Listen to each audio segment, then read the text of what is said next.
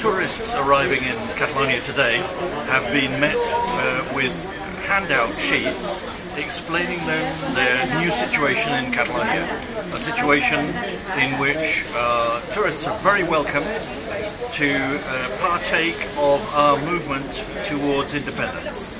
The Catalan people have decided that independence is the only solution to our very serious economic, social and cultural and political situation, and today various flights from England and Ireland have been met at Girona airport, and we have given them lots of information about what's going on in Catalonia.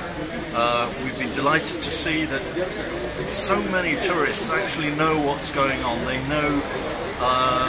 know what Catalans want. They know what has happened very recently in Catalonia, which is that one of the biggest demonstrations held in Europe in the last few years has been held in Barcelona, and it's been held to demand independence for our country after 300 years of lacking this independence. It's just a question of the devolution that the Catalans want of their national rights. So today has been a very important activity here at Girona Airport, and Solidaritat Catalana per la Independència have organised this very successful activity here at Girona.